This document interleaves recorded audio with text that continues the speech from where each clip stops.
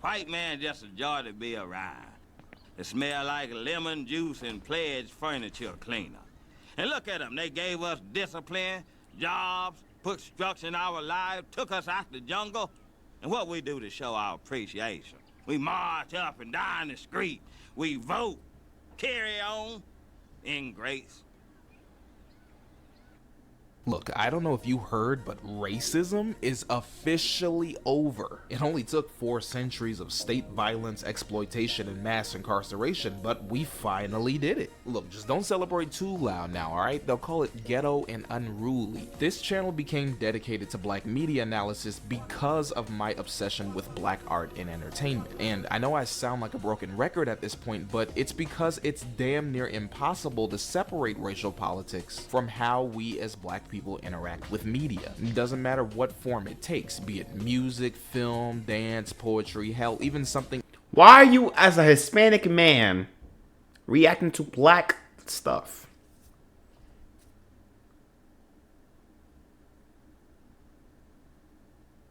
My nephew's black. I'm a black nephew. Okay? Get off my dick. I have a black nephew. I gotta look out for my black nephew, feel me? Fuck. I'm an uncle now. I ain't Uncle Ruckus, but I'm uncle now. You feel me? Like, as simple as streaming or podcasting, every single expression of black media is shaped. The black genes. Them shit's like Vegemite blood cells, gang. Like that baby black. So my nephew black, gang. So by racial politics, whether or not not tell ya the creator's intention, and whether or not the audience even notices it on the surface. And I keep hammering this point in my videos because acknowledging that reality isn't just important, it's inescapable. These politics don't just shape our art, they shape us. They affect how we move, how we operate, how we present ourselves, and even how we succeed. And that success is never neutral. It's directly tied to the implicit roles you're boxed into as a black person in our media landscape. Even those roles aren't wide open. They come with boundaries, expectations, and a silent set of rules. You end up walking a really scary tightrope, one that forces you to balance your authenticity against white comfort. Lean too far into honesty and you're branded angry, radical, or ungrateful. Pull back too much and you're seen as safe, at the expense of hollowing yourself out to fit inside an acceptable comfort zone. So what do you do when you're in that position as a black person navigating these spaces? Do you play by the rules, sanding yourself down just enough to fit in? Or do you push back and risk being branded as too extreme? Well, there's always a third option. One that pays well, works every time, and never fails to get applause. That's right, kids, you can be a I actually fuck with raccoons too, bro. I'm not gonna lie.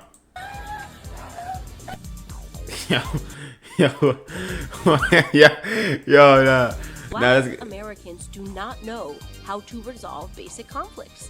Being a is a easy. Alright, bro. This is crazy.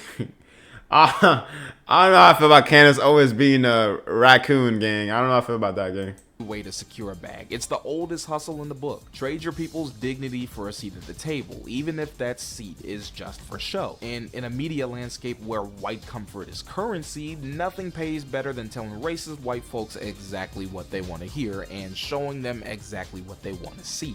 I want to tell every single African American person that's watching this video, you are not oppressed. Do not believe the lie. You are not a victim. You are a victor. And that's why it's... Wait, what's wrong? Hold on, wait. Hold up, we gonna get political. First of all,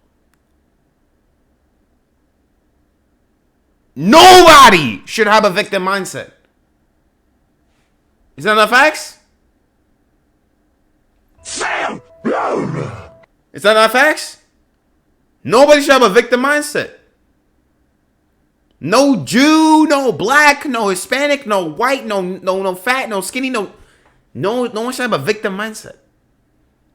Victim mindsets they don't survive out here. They don't. You having a victim mindset leads one to, feel me? I don't want to say it, But that's the truth. And I'm tired of acting like that's not the truth. You know what I'm saying? It's like we're letting people say, okay, you're the victim. You're the victim. And because you're the victim, other people are going to feel like victims because they're not the victim. And because of that, it's like we got like victim trading. Like it's like a victim Pokemon. Okay, that person, you are the victim. You are the victim. Now what happens is they think they're the victim, which makes everybody around them make them feel like shit. There's like a victim cycle. You see the victim cycle? You're the victim because you're the victim. I'm not the victim because I'm not the victim. I feel like a victim for not being the victim. It's important to be precise here because it isn't just an insult we throw at another black person we don't like or disagree with. It has a very specific meaning.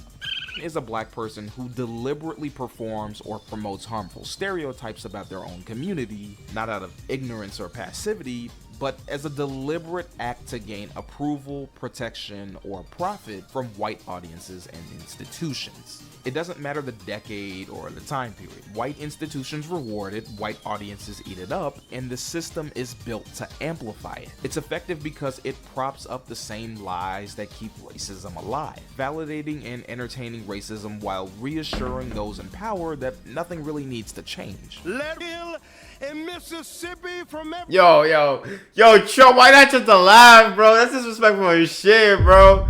Trump, why not just laugh, bro? state, every city, every village, and every hamlet.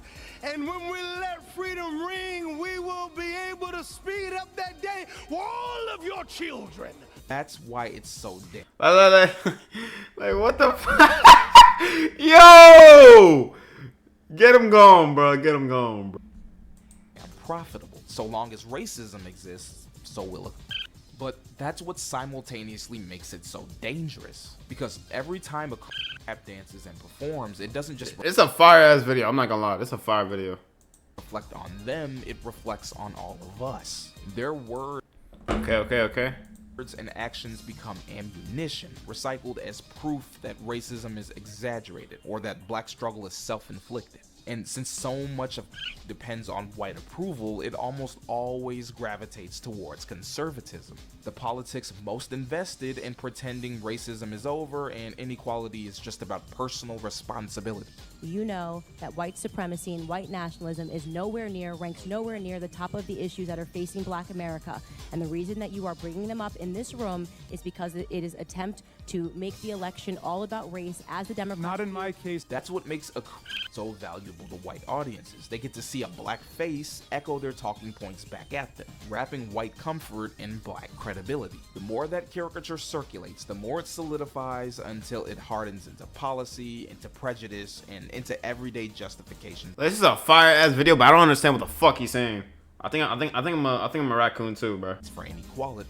Isn't just self-destructive, it's collective collateral damage. The individual cashes the check, but the community pays the price. Be it minstrelsy or political pundits, we've always looked down on the folks who choose to perform like this, and for good reason. But what do? In a digital age where these bad faith actors aren't confined to a single stage, but endless screens, what can you even do? We are you! Wait, combat? A single stage, but endless screens, what can... Wait. So am I a raccoon for liking these type of things? Not Candace Owens type of things, but I kind of like I think I like this guy's. I think I know him. This guy's channel, and I kind of like a lot of his takes. Does that make me a raccoon? You know what I'm saying? At what level is it? Okay, you're a raccoon, and okay, you're spitting facts. Cause I think what's going on is, cause I agree with a lot of Candace Owens says, but I don't think I agree with her in totality. Same thing with all these other people. But I think I agree with them way more than I agree with like what the fuck does young boy got to say about politics, gang? Like Or Rakai, for example. Rakai can't even know, doesn't even know what the fuck mental health is, gang. Like. What can you even do? Wait, combat this? Like that? Why beat him when you can just join him? Being a is easier than ever before. It's 2018 in America. Does racism exist? Absolutely not. And it has never existed. Whoa! It has never. It's whoa! It's a made-up word. People jump so quick and they tense up at the thought of racial profiling. It's so wrong. It's so wrong. What is marketing? It's profiling. That's what marketing Nah, is. but a lot of what that guy says is facts, though. Like, okay. Wrong. A lot of what this guy says is facts, though. I'm not gonna lie. He be speaking facts, though. Marketing. It's profiling. Look. I don't give a fuck who feelings is hurt.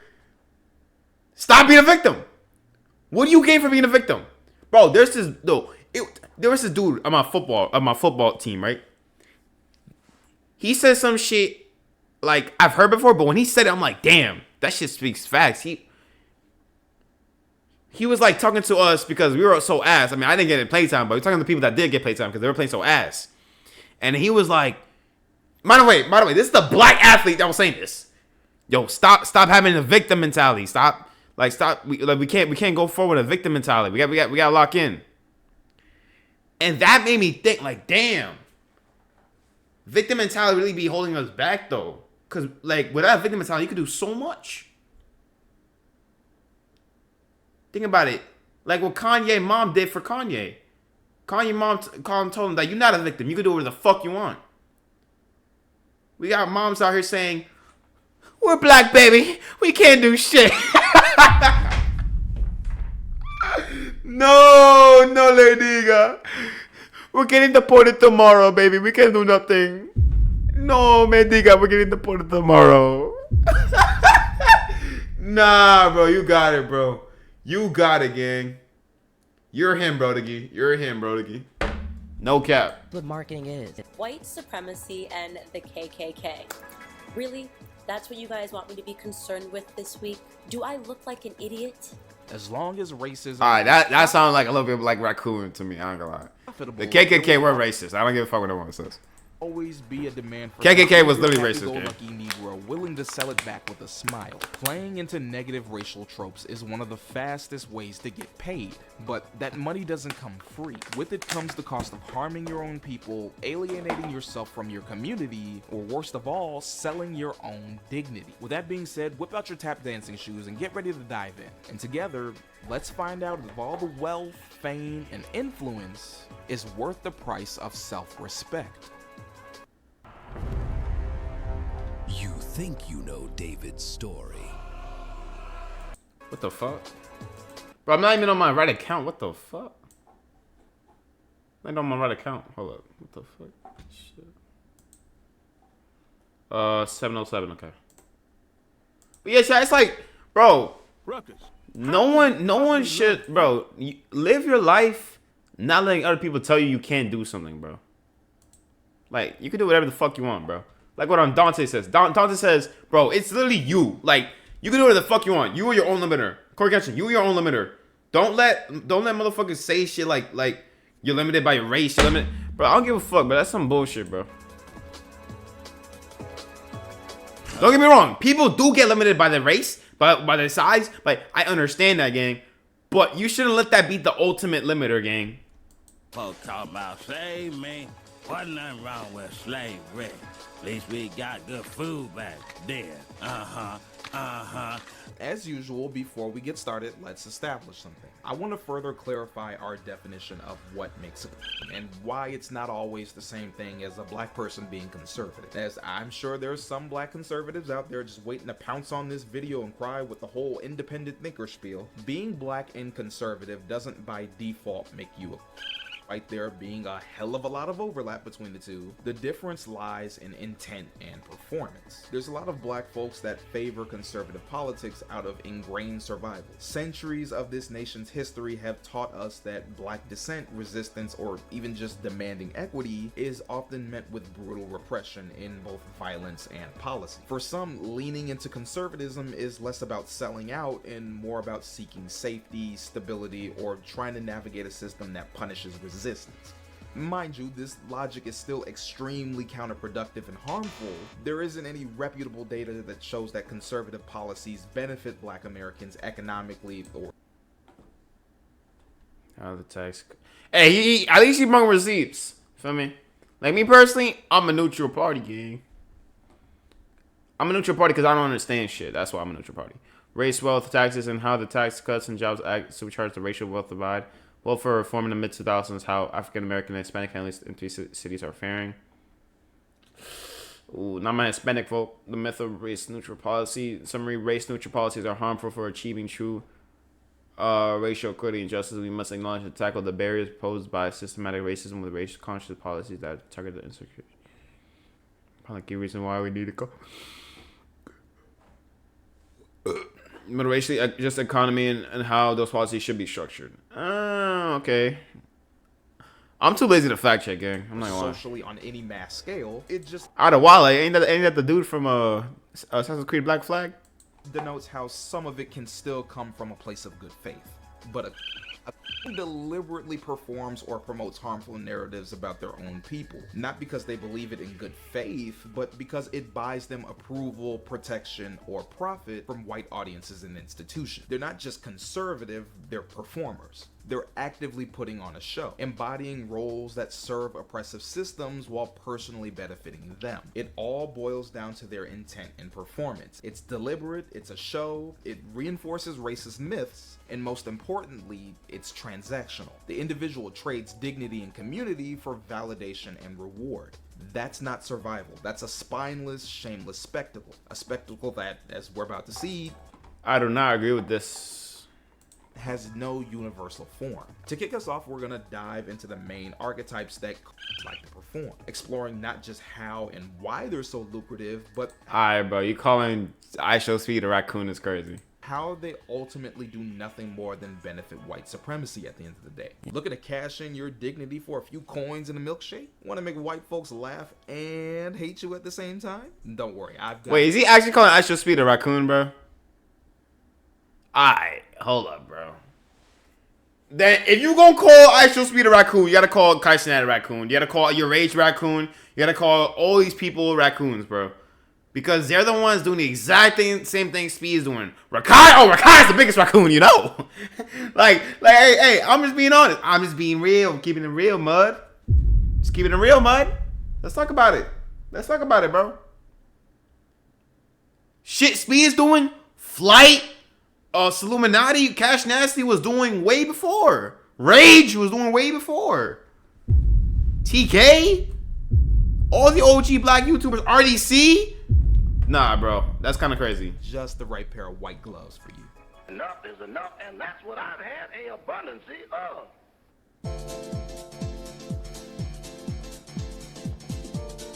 Every has a role to play, a mask that makes them profitable and entertaining to white audiences. And while there are many variations, the two most consistent archetypes are the jester and the knight. Different masks, same purpose. Whether they clown or crusade, both archetypes ultimately serve the same role, and that's reassuring white audiences that racism is either laughable or non-existent. First, we have the jester, the oldest and most recognizable archetype of the entertainer who survives by making a spectacle of themselves, often at the expense of their own people. At its root, the jester is a performer who embodies and exaggerates racist caricatures so that white audiences can laugh, feel at ease, and avoid confronting the realities of black life. And this figure isn't new. It stretches back to the minstrel shows of the early 19th century, where white performers would don blackface and prance around the stage mocking blackness, painting it as ignorant, lazy, and buffoonish. You know, shout out, what's her name?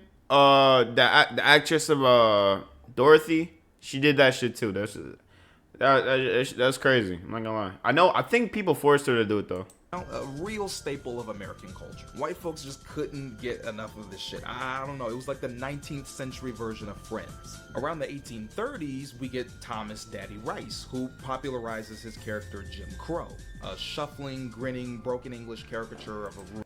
That's insane, bro. That's wild. black man. A caricature Rice himself loosely based on a disabled slave he had once seen. The caricature would soon become a symbol for black inferiority, so powerful and popular that the name itself would later be used to brand an entire system of segregation. But alongside Jim Crow, you also had Zip Coon, only this one was based on a city living dandy.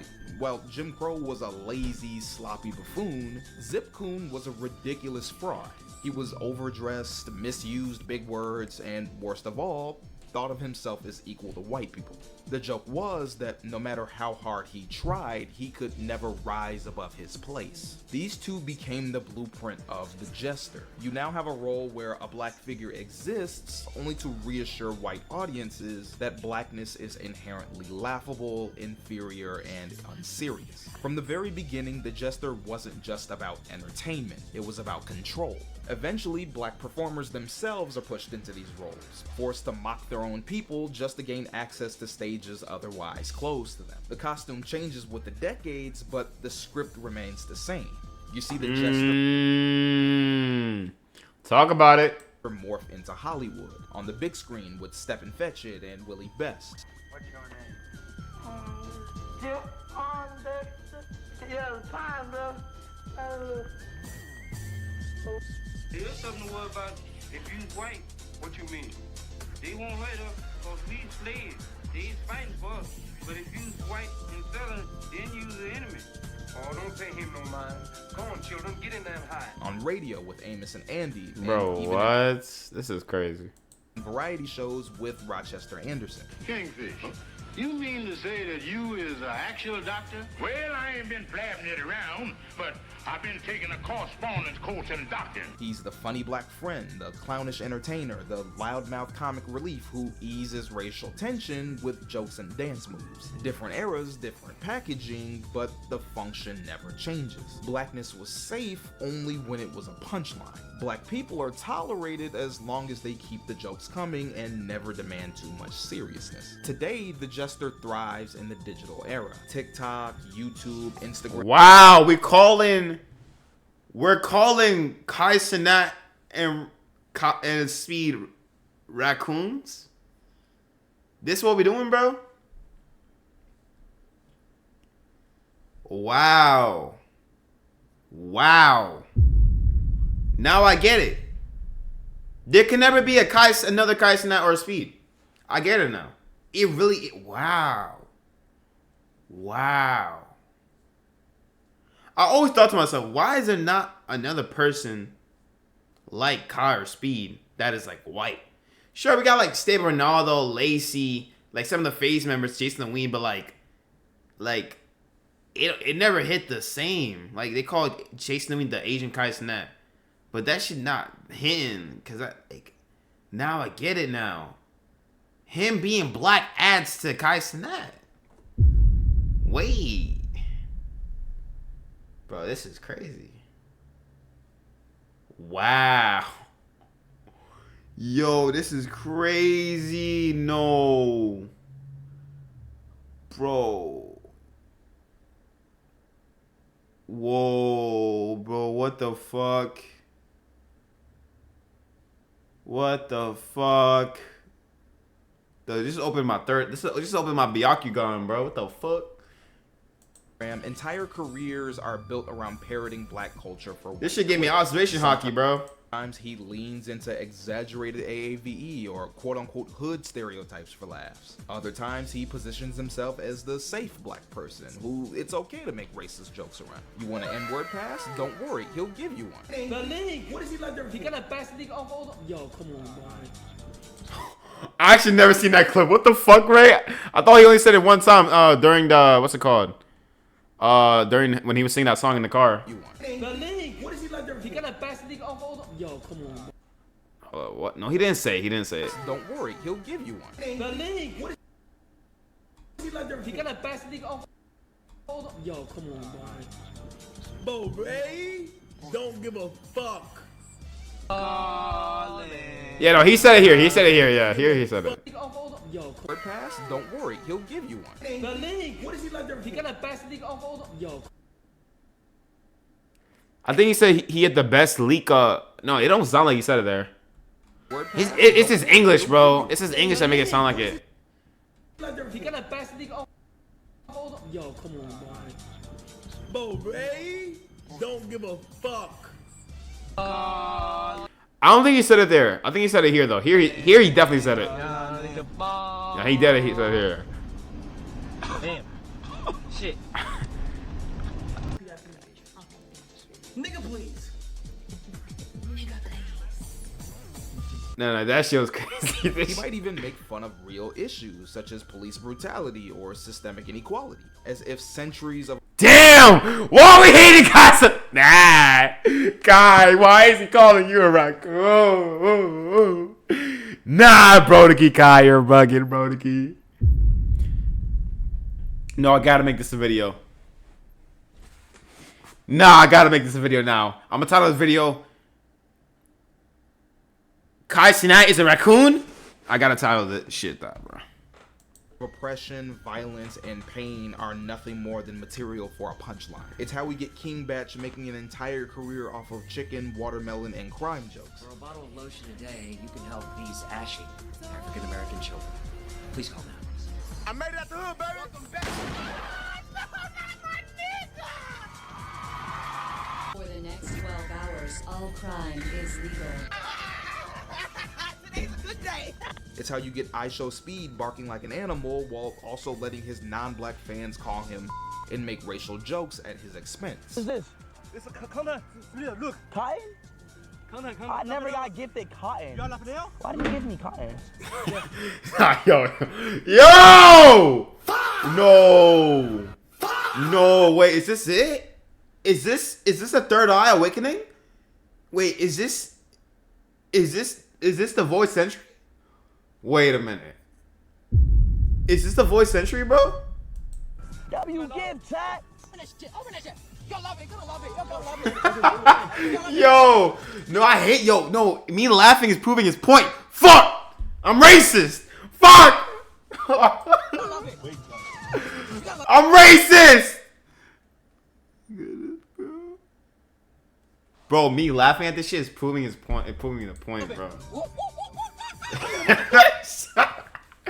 Fuck why y'all can't, bro. Nah, bro. We are Charlie Kirk. We're Charlie Kirk. Master, I'm tired of picking cotton. Please give me another job. Bro, I don't give a fuck. Map, yo, you all motherfuckers be laughing at this shit too. I don't give a fuck, bro. Even black people be laughing at this shit. This shit is stupid as fuck, bro. That's how you get all these tomfoolery ass niggas.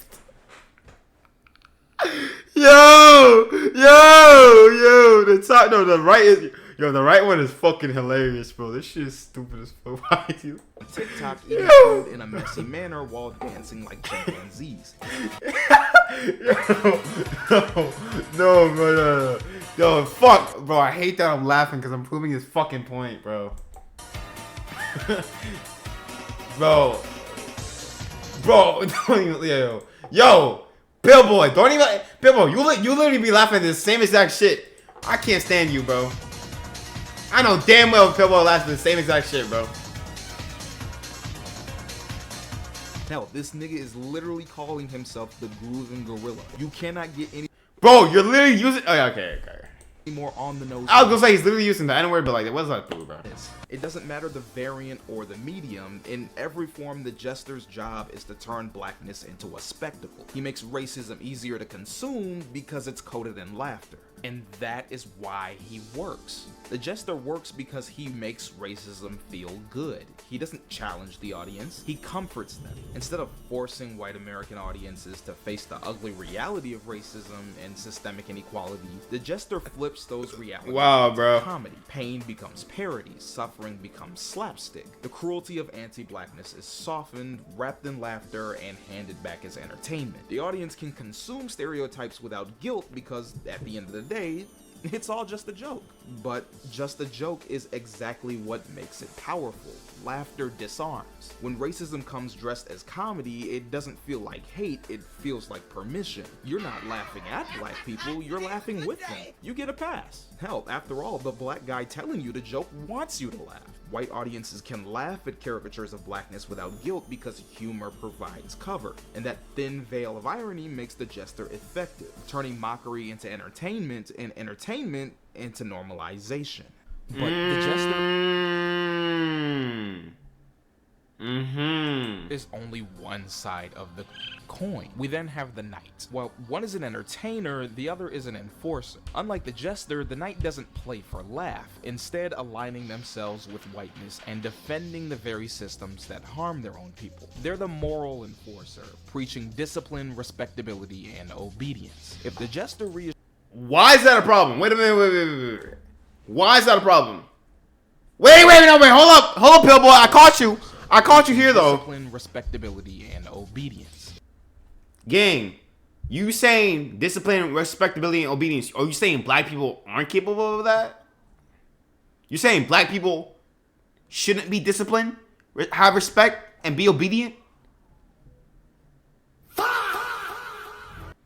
Hold up, Pillboy. We finna cancel your ass, boy. Yeah. If the jester reassures white audiences that blackness is laughable, the knight reassures them that the real problem isn't racism, it's other black people and their culture. Just as minstrelsy created the blueprint for the jester, the knight was born from slavery itself. On the plantation, you had slaves that were elevated above others, not out of kindness or merit, but as a tool of control, being rewarded with scraps of comfort for loyalty and used to police other enslaved people. You begin to see the earliest form of the knight, a black figure whose very survival depended on protecting the master's interests. After emancipation, this role transforms. White elites paraded formerly enslaved people who praised their masters as benevolent, framing bondage as a civilizing institution. For example, pro-slavery writers like John B. Gordon and James Henry Hammond eagerly published quote-unquote testimonies from freedmen claiming slavery had been a blessing. You also had figures of black colonization movements like John B. Russwurm and William Hannibal Thomas, who assured whites that black freedom meant separation, not equality. And on the more extreme end, you had physicians like Samuel A. Cartwright, who promoted pseudoscience like drapetomania, the idea that a slave wanting to be free is a form of mental illness. He relied on black collaborators to validate his false claims about black laziness and inferiority. Those early versions of the knights were nothing more than useful props. They told white audiences exactly what they wanted to hear, that racial hierarchy was natural, just, and even divinely ordained. By the time we get to the 20th century, the knight evolves into the voice of respectability politics. You see it in figures like Bill Cosby and Shelby Steele, who, while groundbreaking in some ways, also doubled as the poster child for middle-class assimilation, embodying the idea that accepting black humanity depended on proper dress, diction, and morality. In politics, you get Bill Cosby, the same motherfucker that be drinking, that be pouring in drinks and shit. Clarence Thomas and Thomas Sowell, two uncles whose influence came not from serving black communities, but from reassuring white conservatives. Thomas used the Supreme Court to gut civil rights protections under the guise of colorblindness, while Sowell built a career downplaying racism and blaming inequality on black culture and behavior. And in popular media, you often see the knight as a direct foil to the jester, the serious preacher, the disciplinarian father figure, the bootstrap philosopher who scolds poor black people while ignoring the systemic barriers stacked against them. Today, the knight thrives as a commentator. He's the black conservative pundit on Fox News, PragerU, and the Daily Wire. He assures white America that police brutality is a blown out of proportion, that systemic racism isn't real, and that black people are simply— I actually fuck with this dude though. He's actually kind of cool. This glasses looking dude is actually kind of cool, bro. I'm not gonna lie. Stop resisting arrest. I don't know how many times we got to say that. I don't know why people aren't getting it. We shouldn't even be having conversations about police. There's no such thing as police reform and any of these things. If you people, black people, white people, I don't care who you are, mostly it's black folks. Why are we going to reform the police? Mostly it's the black folk. The black folk. Yo, I'm about to get canceled, bro. I'm about to get canceled, bro. Oh my fucking gosh. Yo, I'm about to get canceled. Problem with police brutality and black people? No, there's not. Not from my point of view. He's the YouTube grifter lecturing about quote-unquote black fatigue. I fuck with these dudes though. Top right, I fuck with them. Am I a raccoon for that? I fuck with them though. I actually fuck with them though. They're actually kind of funny though. These guys are actually kind of cool. Damn, I might be a raccoon, bro. No, bro. I might be a raccoon, bro. Yo, Chris, am I a raccoon?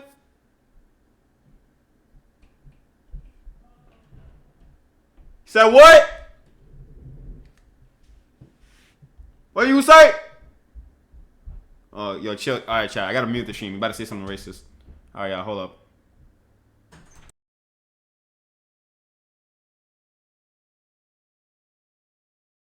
All right, chat. Hold up. Let's lock in. Ghetto blacks are gonna get us all killed. These black people are really struggling, and they're turning into these maniacs. It seems like they don't do anything right. They're obnoxious, they're rude, they're inconsiderate, aggressive, cruel. I mean, I don't think he said anything racist. He didn't denigrate. He said, this is why people feel He that just way described based the on other these race of things. people. He did not describe. He described niggas, not black people. I mean, I think there's a big difference. I think that I've met a lot of black people and I've met a lot of niggas. He's even the LinkedIn-style black excellence influencer preaching that systemic racism can be conquered with enough hustle and positivity. Doesn't matter what he wears, it can be a suit or a hoodie. The performance is the same. The Knight positions himself as proof that black success is possible if you just follow the rules, and if you don't, well, that's your fault. His job isn't to liberate his people, it's to discipline them on behalf of the system. The Knight works because he cloaks anti-blackness in dignity. Where the Jester weaponizes laughter, the Knight weaponizes morality. He doesn't need to make white audiences laugh, he makes them feel righteous. By wagging his finger at black communities, he reassures white America that inequality isn't structural, it's personal. Racism doesn't have to be confronted because the Knight insists the real problem is us. And that's the trick. He allows racism to hide in plain sight. If the Jester tells white audiences, you're not racist, it's just a joke, then the Knight tells them, you're not racist, you're right. Every inequality. Okay, let's talk about it. Let's talk about it. From a Hispanic man who's had a lot of black friends. I got a black nephew, for Christ's sake. Okay? Oh shit, I'm sounding like Nick Fuentes. Alright, but listen. Listen though. Chat. No, actually, chat, listen though. You can be whatever the fuck you want to be. Do not let nobody limit you into thinking you can't be something because you're black or you're white, Hispanic, whatever the fuck. This guy's a liberal. Somebody go smack this liberal. And I'm playing. Chat, I don't give a fuck what's going on. I think it's okay. On a real note though, it is interesting. It does put it into its perspective though. It really does. He becomes because now it makes me question Candace Owens. Now it makes me question all these black content creators. What is y'all intentions with this shit? Tale. Prison. Is it because y'all hate yourselves? Prisons are full not because of over-policing, but because black men lack quote-unquote values. Schools fail not because of gutted funding, but because black parents don't care enough. Poverty isn't the product of wage theft or housing discrimination, it's just laziness. The Knight takes systemic violence and translates it into individual failings, making oppression look earned and deserved. Now, these two types of may seem like polar opposites, but both the Jester and the Knight serve the same court. They divide the work of maintaining the racial order. The Jester turns injustice into entertainment, making it easier to laugh at than confront. The Knight takes the same injustice and recasts it as a moral failing, assuring audiences that inequality is the product of bad choices, not bad systems. Together, they work in tandem, softening the blow and then justifying it. One minute you laugh, next minute you're nodding your head in agreement. And this duality survives. Okay, wait. Am I gonna nod my head in agreement because it's wrong or because it's right? And if it's not right, why are we agreeing to it? Profitable and useful. Media platforms, corporations, and political institutions reward content that either entertains without threatening power or dignifies inequality as discipline. That's why the Jester thrives in viral clips and comedy routines, while the Knight is elevated in op-eds, think tanks, and news commentary. Both are monetized, both are incentivized, and both are rewarded precisely because they stabilize the racial order rather than challenge it. The impact is real. That distortion of public perception shapes policy. When the Jester normalizes brutality and the Knight reframes systemic barriers as personal failings, the result is paralysis. No need to reform and no appetite for justice. In practice, this translates into underfunded schools, harsher policing, and the erosion of civil rights, all justified by the story that black suffering is either laughable or deserved. In the end, it's just like we said earlier, two sides of the same coin. One makes oppression palatable, the other makes it principled. Neither disrupt the system, and until the structures that reward these performances are dismantled, both will keep tap dancing to the bank. But identifying only take you so far. But here's the thing though. You gotta make your money, gang. You gotta make your money, gang. You gotta make your money. I want to see Ignitah to react to this. I actually really want to see him react to this. This is a good ass fucking video. Armed and I want to see a black content creator react to this shit. Actually. And destruction this causes, and none of that phases you. In fact, you see how lucrative it is and want to make some money off of it. Well, if any black content creator react to this, like a big one, like Garage or somebody, please let me know, because I you know what I'm saying? I don't really think I know anybody that's reacted to this. Bankrupt motherfucker, I have just the news for you. This next section is going to teach you exactly how to sell your soul. I'm going to teach you step by step how to cook.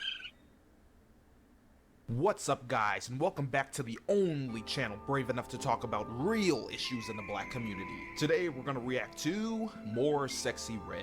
Now, I know we've talked about her in 14 different videos already, but the views, oh baby, the views let me know you guys haven't had enough.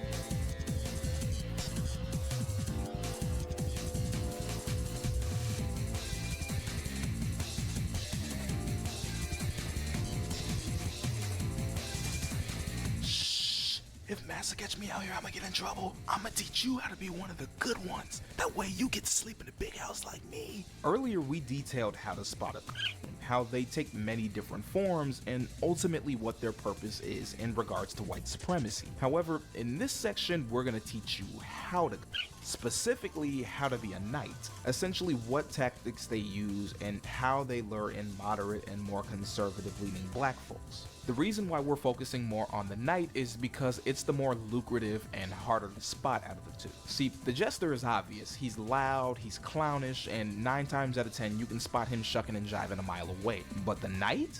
He carefully cloaks his rhetoric behind dignity, posture, and quote-unquote common sense. He disguises himself as someone trying to help black people get their act together, when in reality, he's just there to play on already pre-existing tropes. And that invisibility is what makes him just as dangerous as he is lucrative. So consider this your field manual, a little how-to guide for becoming the most lucrative form of coon, the bootlicker, the sellout, the uncle, the knight.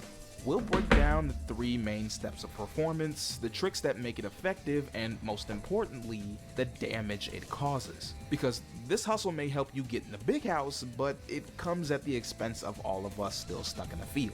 First, we have step 1, gaining your audience. And you do so by playing into respectability politics. You need a socially conservative audience of people, folks that are quote-unquote fed up with the current state of black culture. They can be black conservatives, they can be black moderates with traditional values, hell, they can even be church folks. They just have to believe that the biggest barrier to black liberation is black culture. Your job is to feed their frustration by antagonizing the culture itself. Remove any sort of nuance from your argument. You need to frame hip-hop not as an art form, but as the cause of community destruction. That crime exists because of rap lyrics, not because of poverty or over-policing. You shame clubbing, twerking, block parties, even marching bands as undignified spectacles. Reduce them to proof that black people quote-unquote don't know how to act. You police language, paint AAVE as defective English rather than a legitimate dialect with history and grammar. You weaponize faith. This is the big one right here. Use scripture to shame black folks who don't fit into narrow molds of chastity or family structure. You police gender roles. The left wants to turn black men gay and trans. The left doesn't want women to be ladylike anymore. What you're deliberately doing is conflating self-respect with respectability politics. Okay. They are. This is getting interesting.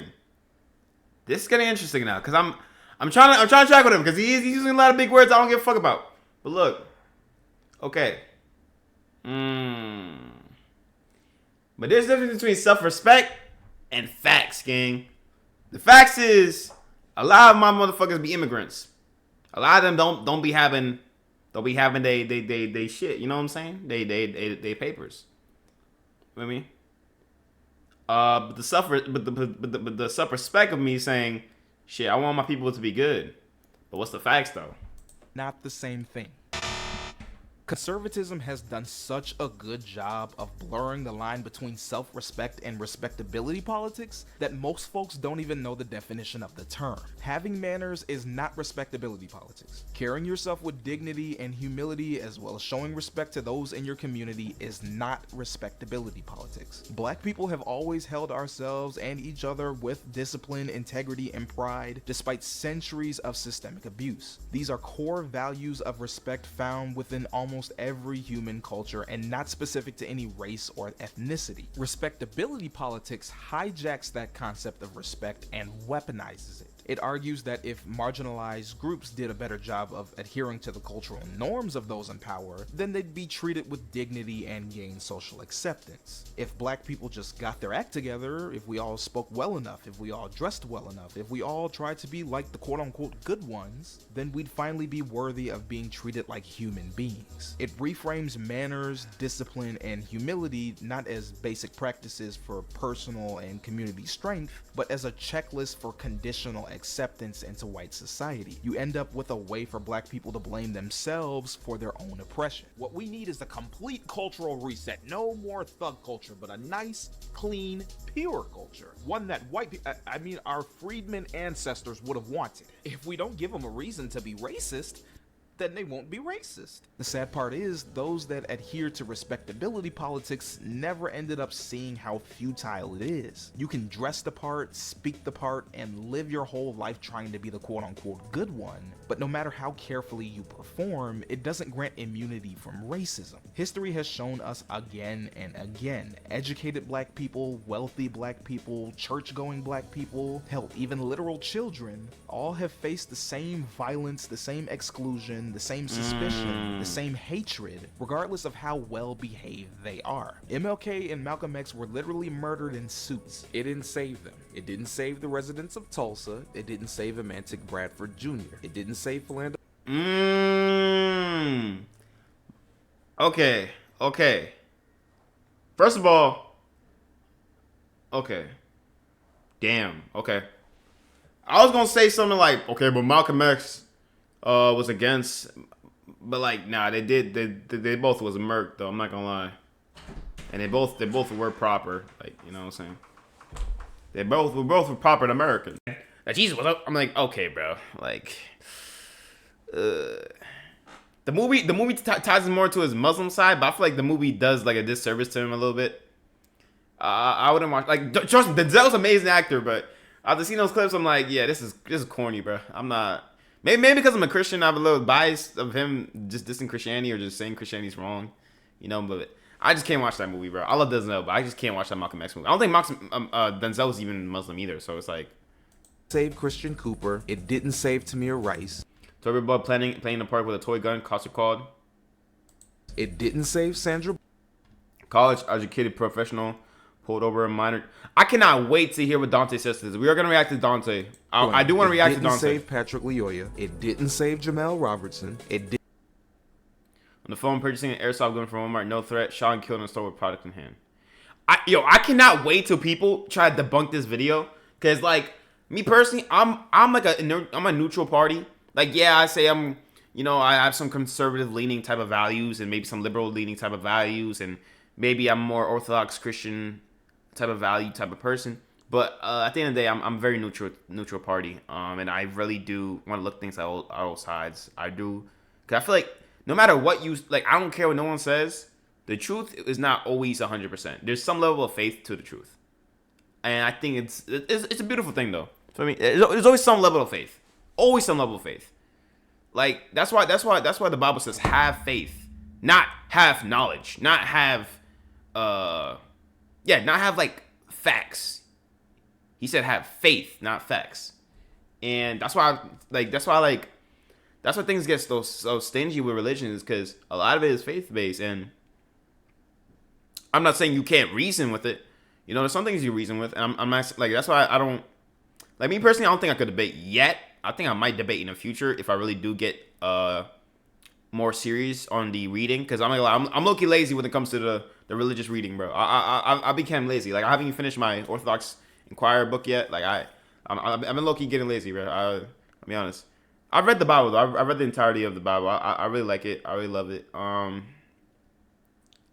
don't know if I'm ever gonna reread it. At least now, maybe when I'm older. But Didn't save John Crawford III. I do recommend people read the Bible. At least like some chapters on it. I'm like reading entirely is kind of crazy if you're not a Christian. But if you're just an atheist or just a regular person, you feel like you're not religious at all. There's some stuff in the Bible that actually it's just good to read. It's just good reads, bro. Like a lot. It's just good literature. Save Ralph Yarl. It didn't save Keith Lamont Scott. It didn't. But Chad, like Kiki, how you feel about all these people that he's naming that apparently didn't get saved, at all? Wait, Kiki, what's your religion? Do you have a religion? My fault. If I'm being a little bit too invasive. I just, you know what I'm saying.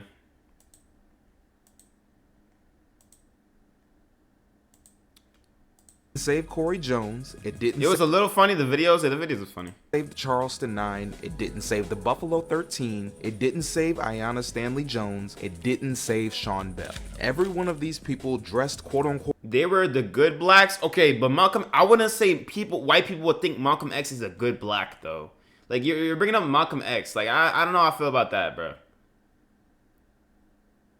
Like I feel like if a white person stands in Malcolm X, I don't think I feel like Malcolm X was a scary ass dude, bro. Was he not a scary ass dude? Wait. Let me go back to what he said about Malcolm X and Martin Luther King. No. Okay, I think he's saying like they wore suits. They wear suits. Like if you look at them, you think they're a good black because they wore suits. Okay.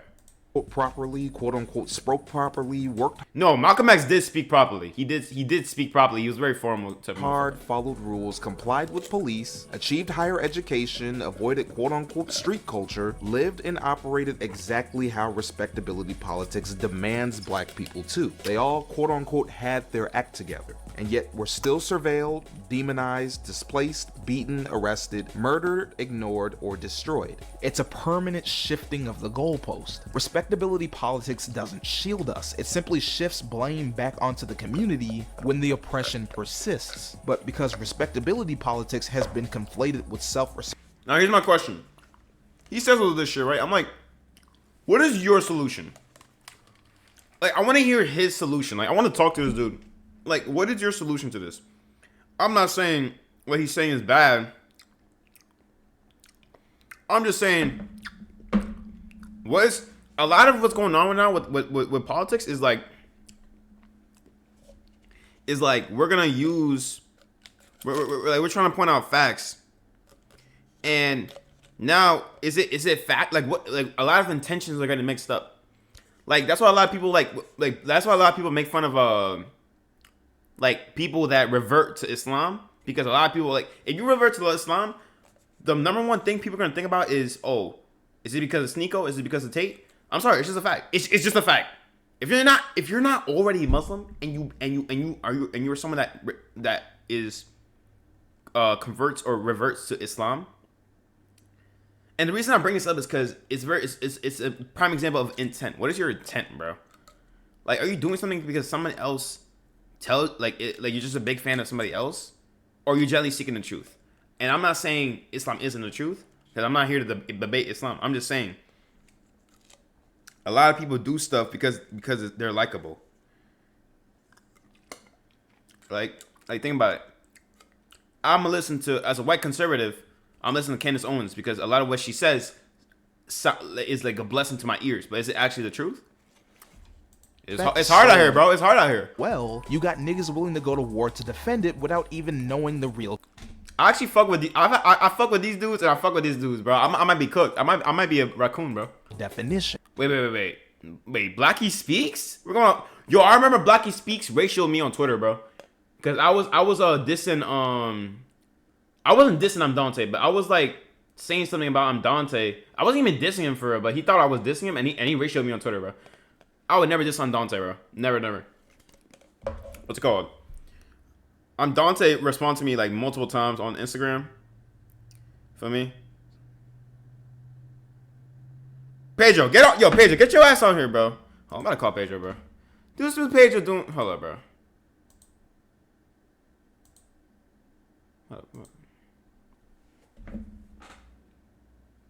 This dude Pedro, bro. You gonna react to this shit with me? Nah, this dude Pedro don't take. Yo, this dude Pedro don't take shit serious though. That's why I can't stand Pedro. You don't take shit serious, bro. This man's all about some. Like he just be a vaping fucking Rakai motherfucker, bro. Pedro's like a Rakai motherfucker, bro. He don't give a fuck about shit. Me personally, I'm kind of the mix of both. Like I'm like a Sneeko kind of thing where it's like I don't give a fuck about shit, but at the same time I do.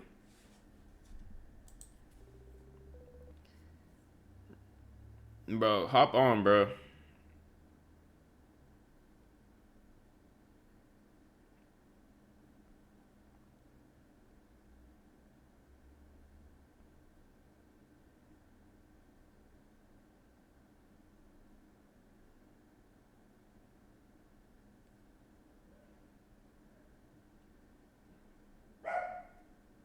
Like I'm just tired of that shit, bro. I'm tired of like what's it called?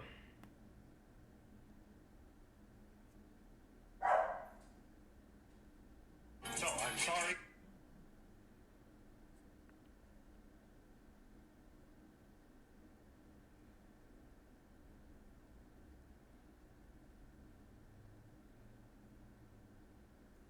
I'm trying to get on Arc Raiders, bro.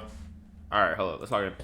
So you're just telling me we should let these folks act like buffoons? We should just let this degeneracy exist? That's what I'm saying. Like, what is your solution, gang? Like, I understand you're trying to talk to people with this video, you're trying to awaken people, but like what is the next step after we're awakened? You can't tell me it doesn't make us all look bad, not realizing that this logic right here is the problem. Nobody here is arguing against discipline, integrity, or accountability within our communities, or holding members accountable when they disrespect others. There's countless times where we've called out disrespectful, degenerate shit, especially when it disrespects our ancestors. What we're rejecting is the idea that black culture is the reason why racism exists. That logic is ass backwards. White supremacy didn't appear because black folks quote unquote didn't know how to act right, and it damn It's comforting to believe discrimination is a problem of manners because that's just a simple fix. Change your behavior. Daisy, shut the fuck up. God damn, my dog. I'm finna shock you like a Masana Nabi. Okay, he's saying that he doesn't like the fact that it's like, okay, so we're blaming black people. He doesn't like the fact that people are blaming black people for starting racism. So, okay, he's against the stereotypes for a reason. Is that what he's against?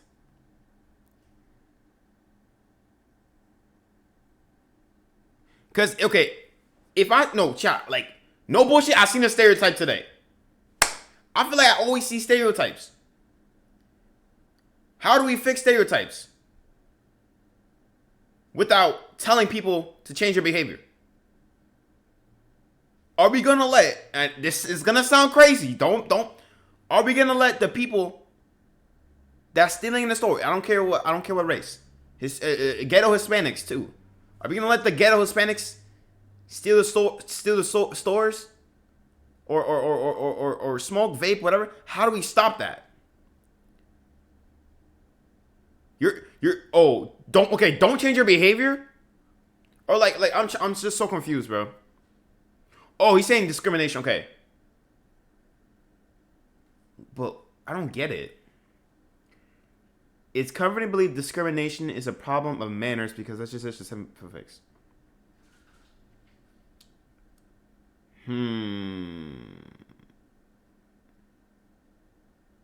Okay, he's talking about discrimination. Okay. Okay. Let me read this.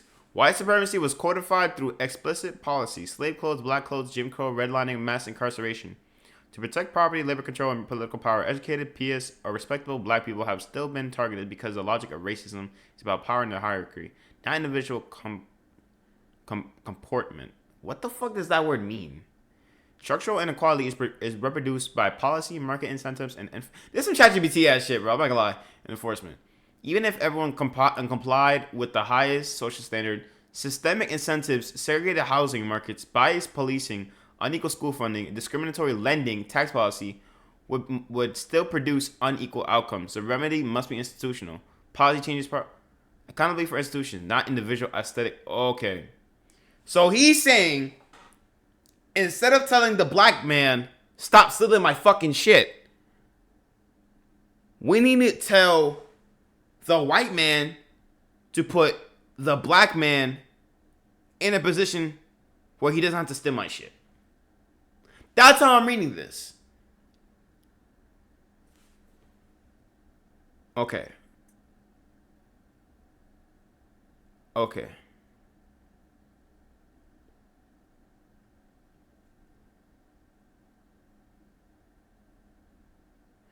But when does it get to a point where the black man's just being lazy? Cause look, I have a black friend, bro. Not gonna lie, he was the laziest motherfucker I know. He was the laziest motherfucker. Yo, I had one black friend, bro. He was the laziest motherfucker I know, bro. This dude was so fucking lazy. But I fuck with him. I still fuck with him until this day. And like, he would joke around and say like, yo, they after the black man, bro. They after the black man, bro. You feel me? I forgot what his take was on a religion, bro. I forgot. He had an interesting ass take. I forgot what his take was. Now he actually like spoke some shit though, but he was very like I forgot what the fuck was the religion was, bro. Or like I forgot what he believed. I think he was like agnostic a little bit. But yeah, he was a lazy ass motherfucker. But one thing I realized about him is that he was very like what's it called? Like product of his environment type shit. And I'm not saying that to like put him down or anything, because I think he's a fire ass dude. He's a fire ass person. But like maybe he was put in a better environment, or maybe like, because it could really be everything around. Like I feel like it could be, damn. It's interesting though, because like me and him has the same opportunities. We have the same like shit, but it's his choice on whether to like actually lock in or not. Like I told him multiple times, bro, you gotta lock in, bro. You gotta lock in. Are you trying to do that, bro? You gotta lock in. You gotta lock in. And like it was his choice to not lock in. You feel me? So it's like, damn. Are we the problem though? Because maybe it's my problem because I noticed him not locking in. But don't get me wrong. I seen white people not locking in just like him. Damn. It's just hard. This is hard, bro. It's a hard thing. I'm sure isn't disappearing if we all magically did. And let's be clear, every community has its degeneracy, especially white folks. Wall Street executives snorting coke, country music festivals, NASCAR, white frat parties, spring breakers, rodeos, Fred Durst, motorcycle rallies, January 6th, Eagles fans. But no one ever says those guys represent all white people, or that white respectability depends on silencing those behaviors. Only black folks are told that a few people's buffoonery condemns the whole race. That's not moral concern. That's anti-blackness. There's some shit. Let me see something. Concern. That's anti-blackness. There's some shit going with black people right now. It's like a civil war going on with black people. And there's two sides. I remember this. There's black people and there's... You have got to leave this tired ass rhetoric alone.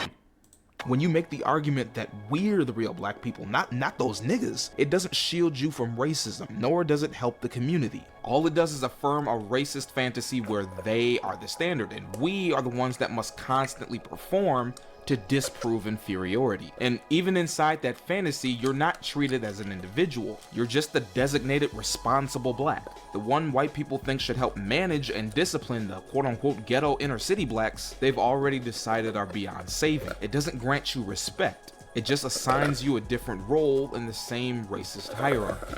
You not liking Sexy Red is one thing. You thinking she's tacky or trashy or vulgar, cool, that's fine. You have every right not to like her. But the minute you start blaming folks like Sexy Red as the reason why we can't get ahead, that's some shit. See? This is what's destroying our people. Not crime bills, not redlining, not mass incarceration. Balloons and booty shorts. But here's the wildest and most disturbing irony. The people who You know what's so funny? Hold on. I just want to see this again. Crime bills, not redlining, not mass incarceration. Crime bill. Hold up. This is what's destroying our people. Not crime bills, not redlining, not mass incarceration. Balloons. I don't know what none of that shit means. He's probably speaking facts. I don't know what the fuck none of that shit means. He's probably speaking facts. I have no idea what any of that shit means. So it's interesting though, because like I generally in booty shorts.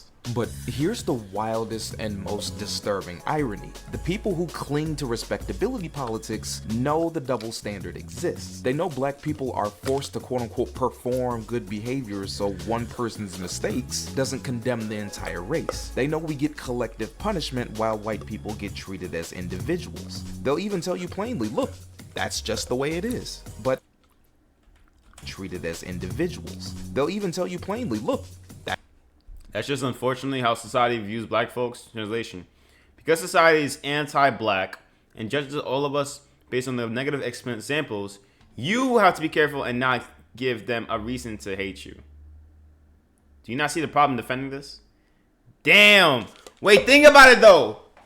We notice the black man because we have higher expectation of the black man because we have a low expectation of... Oh, wait a minute. I see it now. Hold up. Think about it. The first lazy person I know is the black man. Why is that? Because I expect more from a black man because his expectation is already low. Whoa. Whoa. That's why it's so fire to see a black man win. Because they don't win. They don't win shit. They're bums. They're lazy because that's what the media and everybody and general consensus tells us. That's why it's so amazing. It's so like, oh my goodness, the black man's winning.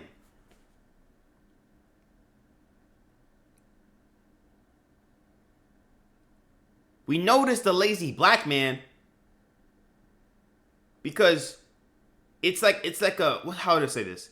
We notice the lazy black man because in our world, the lazy black man is something where like if the black man's lazy, bro, he's doing a disservice to the opportunities he has.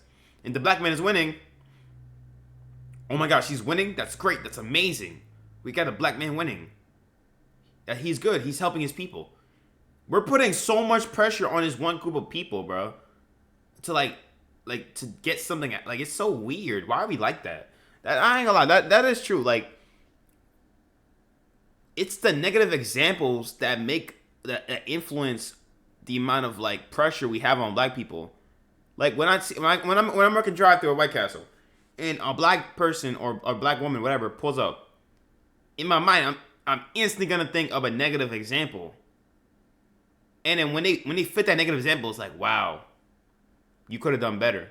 But why is it even the fact that I have to, like, not only think of the negative example, but the fact that I have to put pressure on these people to like conform to what I think is good, based on what white people think is good, and then it's the same thing for Hispanic people too. I gotta, I see a Hispanic dude dealing drugs, like, all right, bro, come on, bro, you making us look bad. Right, I'm putting pressure on them. But when a white person deals drugs, I don't give a fuck. It's like, oh, it's whatever. I don't know. It's damn. Hold up. That's just the way it is. But instead of questioning the system that makes that logic possible, instead of asking why black humanity is treated as conditional in the first place, why over 47 million people have to be collectively judged by the actions of a few, they turn the burden back on the community. They disguise it as accountability. That's what I'm saying. Like everybody is like judging them because of a few bad eggs. We're judging the whole chicken. We're judging the whole farm based on a few bad eggs, when in reality the whole farm don't even sell eggs. Hold up, I might be cooking. They defend the double standard. They try to enforce it. They blame black people for the weight of that racist expectation. And that's the trap. The moment you accept the idea that the entire race lives or dies based on the behavior of the loudest, most foolish, ignorant among us, you've already agreed to an anti-black worldview. You're no longer challenging racism, you're helping enforce its rules. Respectability politics doesn't fight the system, it just tries to bargain with it. It tells us the world is anti-black, so let's contort ourselves into whatever shape offends whiteness the least, even though that shape has never protected a single black life. If we don't give them a reason to be racist, then they won't be racist. Step 1 is simple. Play into respectability politics using your platform to police other black people. You become the mouthpiece for white supremacy, repackaging its talking points in a quote-unquote community concern wrapper. Instead of challenging the system that dehumanizes us, you redirect the blame onto your own people, saying the problem isn't centuries of racism ingrained into policy and thought, it's how we carry ourselves. Regurgitate this junk, and the audience will come to you. However, that leaves us with step 2, preaching the gospel of personal responsibility. Once you've secured your socially conservative audience, the next move is to hammer home the idea that every problem black people face is a result of personal failure. Forget redlining, forget mass incarceration, housing, and medical discrimination. None of that exists in this framework. Instead, it's always about laziness, bad choices, and moral weakness. You know, personal responsibility. If step 1 was about performance, telling black folks to dress right, talk right, and act right to earn dignity, then step 2 is about internalizing failure when that performance doesn't magically end oppression. It goes from, if we act right, they'll treat us right, to, if things still don't get better after we act right, then we just didn't work hard enough. Your job is to use your platform to redirect every conversation about systemic barriers back to individual shortcomings. Use all the conservative talking points. If someone mentions housing discrimination, you pivot to, why don't they just save up to buy a house? If the cops shoot an unarmed kid in the back, you ask, well, why was he running away? Why didn't he just comply? Crime, fatherless homes. Poverty, bad financial choices. You should have gotten to crypto. Every structural critique becomes a sermon about discipline and morals. That's why step 2 is so important for the grift. It doesn't just shift the blame, it keeps it shifted. It traps your audience in a loop where systemic oppression is never real, but personal failure always is. It's the perfect conservative alibi. If black people fail, then it's our fault. But if we succeed, then it's despite ourselves. Look, I don't want to hear about racism or history or systemic barriers. That's a victim mentality.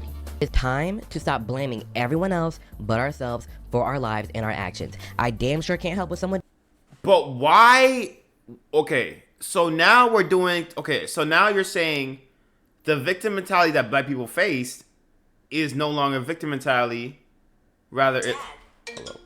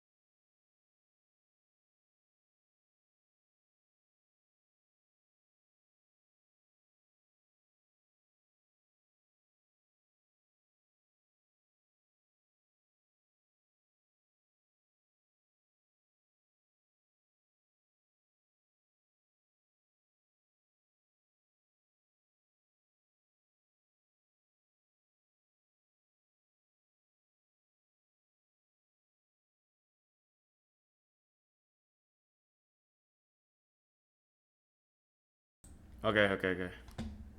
Does to me, but I control 110% of how I. Now let's see what Because that's the thing. The victim mentality, like, I feel like no one should have a victim mentality. I feel like it's a good thing to not have a victim mentality. But let's see what he says. And move forward. White man this, racism that, enough.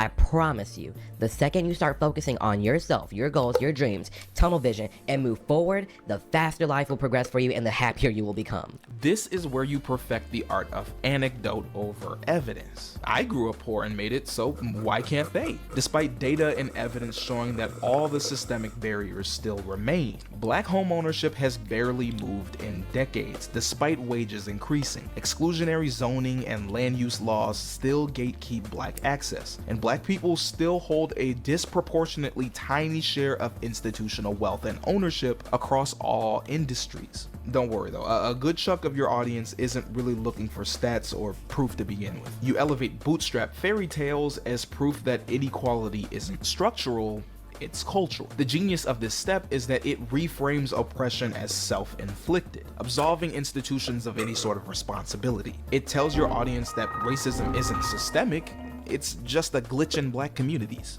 And that's exactly the damage these talking points cause. It takes centuries of structural sabotage, predatory policing, discriminatory lending, underfunded schools, and reduces it to a matter of willpower. For black communities, you're hit with a double burden. Literally. In 1903, black American sociologist W.E.B. Du Bois proposed the idea of double consciousness. As a black person, you're forced to navigate the world twice over, once through your own lived reality, and once through the gaze of a society that pathologizes. I think I heard of this. Respectability politics and the gospel of personal responsibility sharpen that double vision into a wound. Not only do you have to survive the realities of discrimination, but you're also told it's your own fault when those barriers stop you from advancing. The effect is absolutely disgusting. It erases history, isolates individuals, and weaponizes shame as a political tool. Worse, it gives bruh. Are we serious? So, but bro, like, I don't know. Cause like, damn. I'm not too sure. It is interesting to me. He has a lot of points, but like, part of me is like, okay, but I don't think you're really limited by your skin color, though. I still don't think that. Maybe he's not trying to say that. He's just trying to say, like, at a grand scale, you are, maybe. But it's like, I don't know, man. Institutions a free pass. If poverty is reduced to just quote-unquote bad choices, then governments, banks, schools, and corporations never have to answer for the systemic violence they enact. But that's your role as a bootlicker, as a knight, as a... It's your job to ensure that these talking points never stay isolated in white conservative spaces, but circulate back into black communities as quote-unquote common sense. You become the courier of white supremacy dressed up in the language of tough love. Your platform becomes less about empowerment and more about enforcement, making sure that whenever structural critique arises, it gets drowned out by lectures on hustle, morality, and self-discipline. In this way, you don't just echo the system, you fortify it. We now move on to the third and final step, the one that everyone wants: platforming outrage and cashing out. Once you've amassed an audience of conservatives and gained their attention, you have to keep them hooked, and that's by feeding them non-stop outrage. Your digital platform becomes a stage show. Every tweet, reaction video, commentary, or Fox News appearance is designed to mock, scold, or call out black communities in ways that your audience finds entertaining and engaging.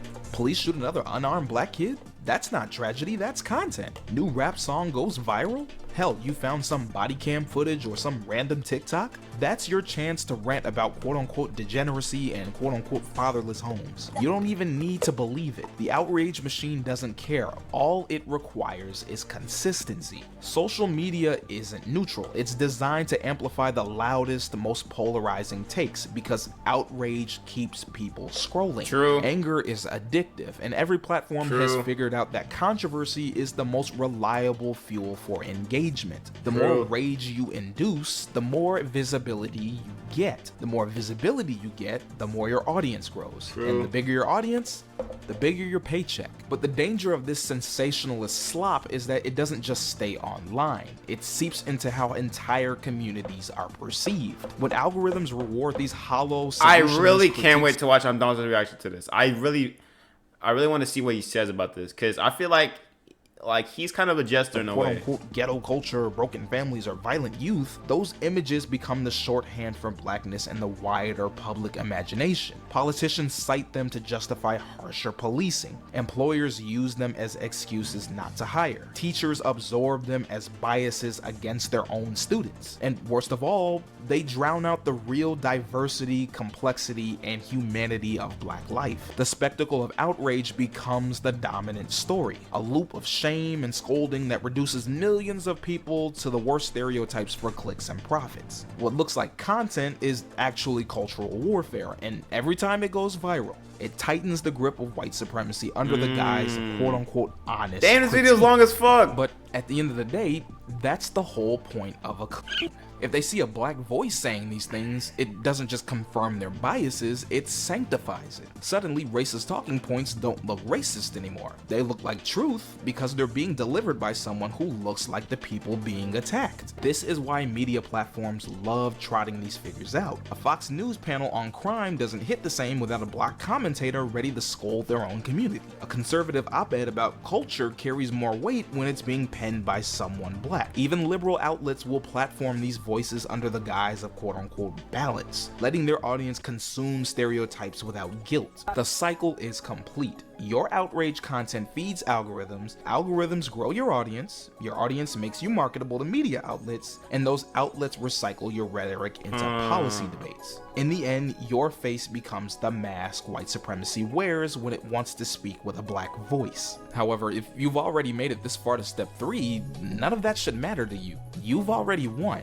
It's now time to cash out and enjoy the fruits of your labor. You've built a brand, secured media appearances, signed book deals, maybe even landed a podcast or a think tank fellowship. The damage to your community is irrelevant because the incentives don't reward care, they reward consistency. So what? Other black folks might call you a who cares? You got paid at the end of the day. They didn't. You put in the work to get to where you are, and that work definitely paid off. You made a career deliberately spreading harmful, inaccurate narratives about your own people for the sake of white approval and dollars, and did a damn good job of it. But there's still one unresolved question, one that we asked at the very beginning of this video. Was any of this worth it? Was the platform, the paycheck, the fleeting applause of an audience that never truly wanted you worth the price of your self-respect? Because here's the truth, a seat at the table the price of self-respect. Talk about it. Is never talk about it, gang. And even if you do manage to secure one, don't fool yourself. You're not getting served. You're the entertainment. You're the prop. You're the proof they point to so they don't have to change. Because the thing is, chat, as a Hispanic man, I hate certain Hispanics. I generally hate them. I hate the druggy type of slit eyebrow motherfuckers that are just, you know, that just be doing dumb shit. You know, but at the same time, I wouldn't want to be anything else but Hispanic, bro. If God tell me to be someone else, I'm like, nah, gang. I love being me, gang. I love being me.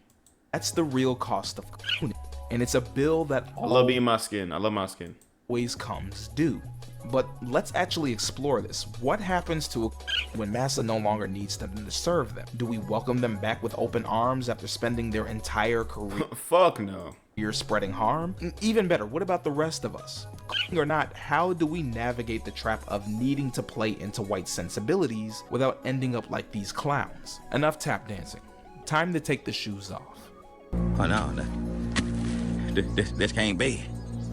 It says I'm 102% African with a 2% margin of error.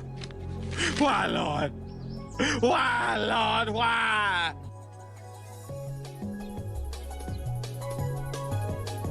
Son, I just want to say that was an amazing speech you gave. You truly are a credit to your people. Thank you, sir. Let's get one thing straight before we go any further. You will never get a seat at the table. Not a real one. You might get invited to stand near it, maybe even handed a plate if you're lucky, but you'll never be allowed to sit down and eat without permission. That's not how this system works. It doesn't integrate you into power, it accessorizes you. You're not there to change it, you're there to make it look changed. You're the token black used to paint the illusion of equity. Black lips used to tell white lies. Truth is, tokens get spent. Every single time. They parade you around until your usefulness runs out. Then they toss you aside like a campaign slogan that's gone stale. The minute your image stops being profitable, the minute your words stop aligning with their script, the second you start believing you actually earned your place instead of being placed there, that's when the mask slips and you realize you never were at the Give us an example. Table. You were the tablecloth protecting the diners.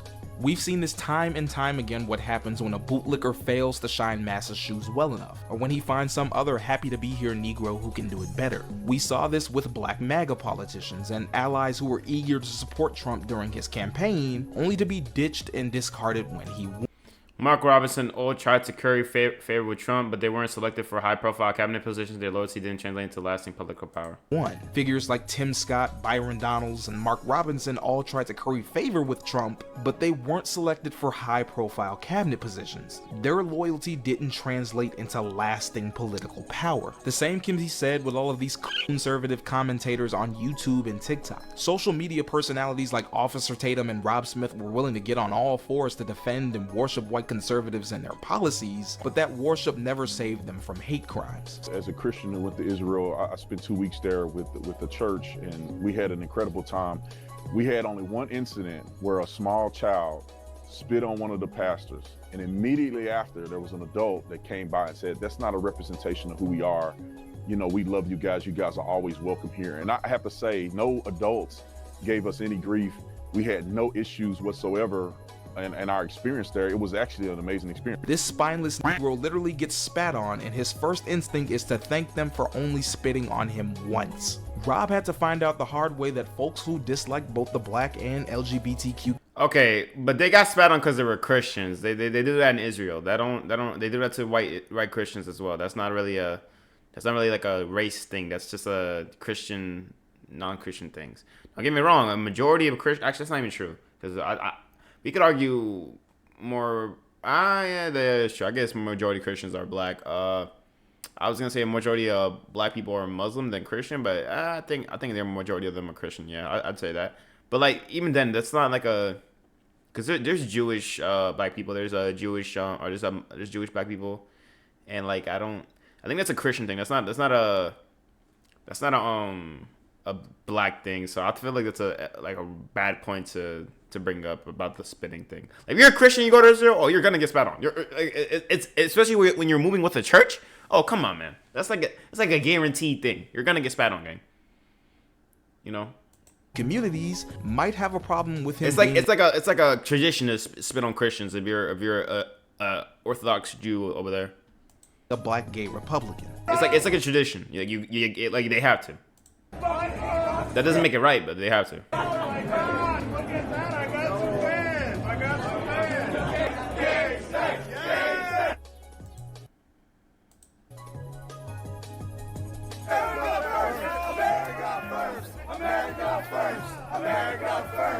I was in Phoenix, Arizona for an event called America Fest, which is held by Turning Point USA. I went to this event because I saw that a lot of other conservative influencers would be there. And I had no idea that it was going to be infested with these people. I had no idea the leopards would eat my face. Imagine spending Okay, years that's more of a thing with it. Kissing ass. But the Israel thing is different though. That's different, gang. That's not a black thing, gang. To get hate crimed at a rally. And then there's the queen of that's this bootlicking. Okay, there's a difference between bootlicking White people and bootlicking Israel, gang. That's different. I don't want to go into it because I love my Jews. I love all everybody. I love Muslims. Everybody. Like tokenism herself, Candace Owens. For years, she served as the Daily Wire's black mouthpiece, their go-to for packaging bigotry as quote-unquote common sense. As long as she stuck to the script, she was golden. But the minute she went off script, the minute she called out the Israeli state for committing a genocide, she too saw how much a spent token. Okay, now we're bringing up Israel. Okay, it's gonna get dicey now. Okay, first of all, one thing.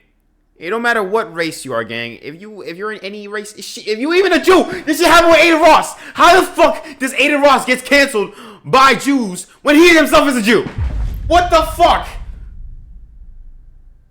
That shit was crazy. Oh, yo, no, bro. Jews don't even like their own goddamn kind. Fuck them, bro.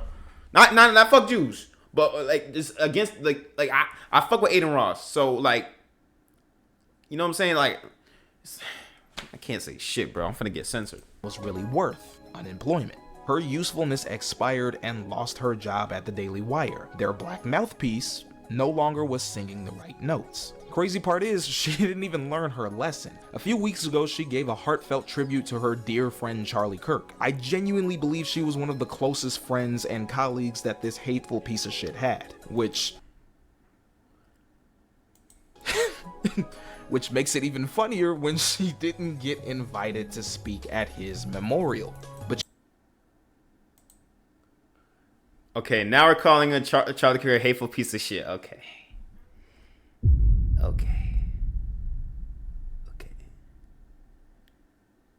Yeah, this video is interesting. I'm not saying he wasn't. I'm not saying he was. I'm just saying when you call him that, I see where your liberal thing lies. Feel me? Wow. That oh shit. I don't know why I get so offended when people just shit on Charlie Kirk. Cause like I'm not Charlie Kirk, and like I don't agree with everything he said either. So it's like I don't know why I get so offended like that. That shit just pissed me off. I don't know why. I don't know why, bro. I might be a raccoon, bro. I think that's why. You know what she did get used for? To prove that he wasn't racist because he had black friends. And don't think you can just rebrand and get welcomed back in with open arms by the very community you spent years disrespecting. I mean, what the fuck do I expect? He doesn't believe in a black victim mentality. Of course he's gonna hate on Charlie Kirk. Charlie Kirk preached that shit. What am I saying? It's I'm not stupid. that I'm sorry, Pillboy. That's his name? Yeah, I'm sorry, bro. I didn't mean to like. I don't know why I'm surprised by him hating Charlie Kirk. Of course he's gonna hate Charlie Kirk. Of course. What the fuck am I talking about? Of course. Charlie Kirk is the #1 victim mentality that preached black victim mentality yet. So like. And before any of you start caterwauling, I thought you were supposed to be pro-black. Yes, that doesn't apply to independent thinkers. So much for the tolerant left. Let's get one thing straight, Mr. Independent Thinker. No community is obligated to embrace you after you built an entire career profiting off of lies that made their lives harder. You had no problem demonizing struggling families, mocking victims of police violence, or gaslighting your own people on national TV. You weren't thinking independently, you were selling your integrity for engagement. And now when the checks stop coming in and your handlers move on, you want grace from the same folks you told to pull themselves up by their Bro, that's crazy. Sneeko, yo, shout out Sneeko, bro. This dude Sneeko, being a Muslim, being a non-Christian, being I mean, he is kind of conservative. Being like all these things and still saying rest in peace to Charlie Kirk. I didn't actually give him credit for that. Actually, that's actually mad interesting. I'm not gonna lie. Shout out Sneeko. I feel like as a human, bro, if you're a human, like I don't give a fuck if you do not fuck with like I die over this. I die over this point. I don't give a fuck if you hated that man. There's no way you gonna mock his death 2 weeks after he died, bro. And if you do, then I don't know, man. I don't know, but you might not be human, bro. You might be or maybe you might be more human than me. Maybe morally bankrupt opportunist, and instead just a regular person with some conservative leanings. This is for the black moderates, the socially conservative black folks, the churchgoers, the we just need to do better crowd. The ones who might not be but are standing close enough to this rhetoric to sometimes fall for it when it's dressed up in pretty words. I get it, you want order, stability, and safety in our communities. We all do. You're tired of the chaos, the economic instability, the communal violence that at times can feel inescapable, the constant feeling like we're fighting uphill battles that never end. But I need you to understand, conservatism has never been the answer. It has never, in almost the 300 years of this nation's existence, once improved the material conditions of black people. Not once. Not during abolition, not during Reconstruction, not during Jim Crow, not during the war on drugs. Not now. There is no empirical data, no policy, no administration, no economic period where black conservatism resulted in measurable liberation. It doesn't happen because it's not designed to happen. Conservatism's entire function is to preserve existing hierarchies, not dismantle them. Regardless of how much you try to modify your behavior or existence, them being in charge will always result in you being in a subservient role. It doesn't matter how much money you achieve, status you obtain, or how well behaved you are. The thing that you are conserving are the things that keep them in power. So, let me ask again, what exactly is it you're trying to conserve?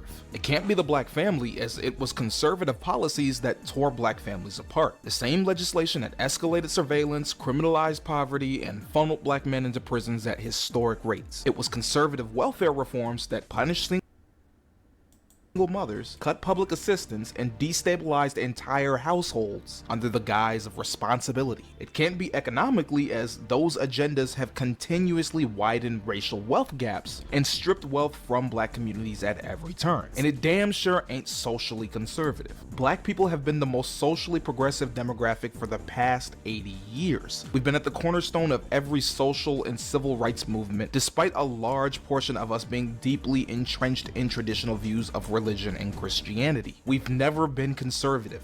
Not fiscally, not socially, never. Rejecting conservatism is the key to advancing our community, and this doesn't mean you have to be a liberal or a Democrat. In fact, far from it. Let's be clear, I do not like the Democratic Party.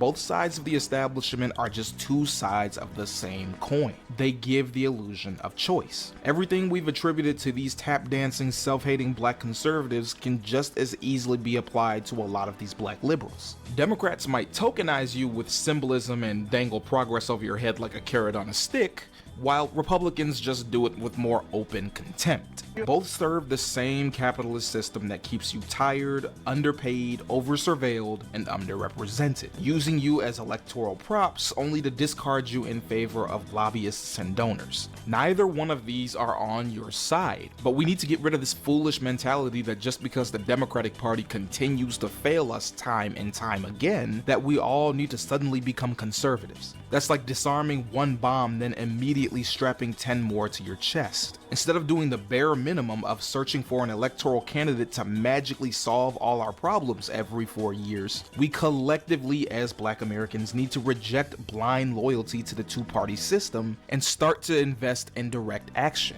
Usually on every video, I have people who try to leave these gotcha comments. Actually, Pillboy, you missed something. You forgot to explain this. Only for me to address and explain it later in the video. They don't want to sit and watch the entire video before getting their rocks off in the comments, which is usually why I get bullshit comments like, no solutions? So you're just complaining but providing no solutions? Well, this is for you. The only way to meaningfully improve the lives of black Americans is by changing the system shaping our lives, that being capitalism, the same system that depends on inequality and scarcity to function.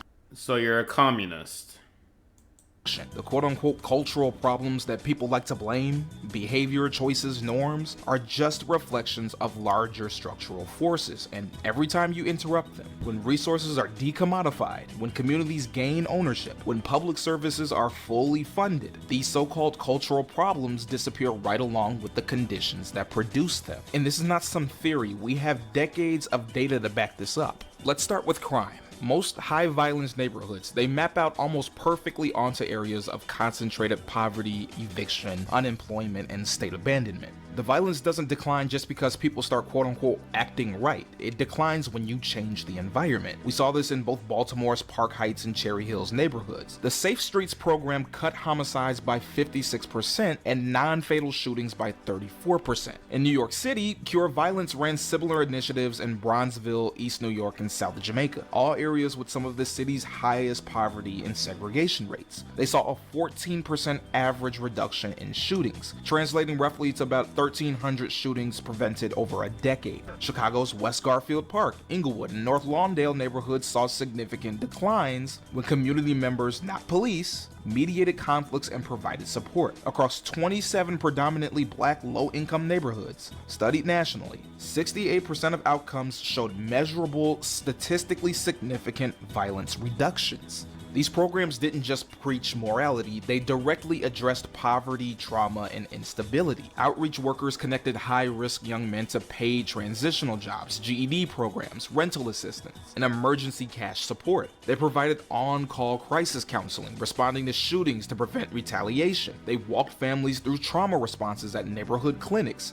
They gave risk residents access to stable, long-term employment, as well as resources to treatment. And as a result, the violence dropped.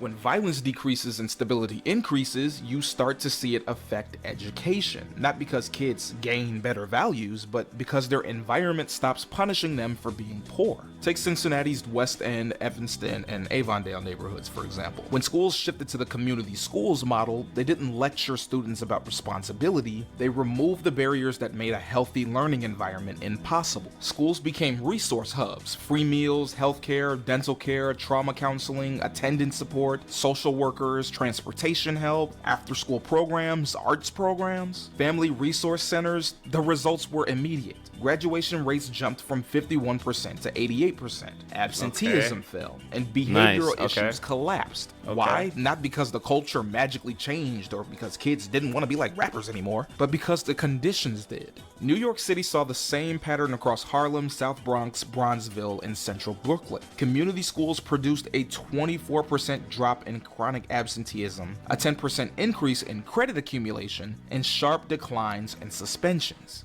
Oakland Unified told the same story in East Oakland and Fruitvale. Restorative justice addressed behavioral treatment, not punishment.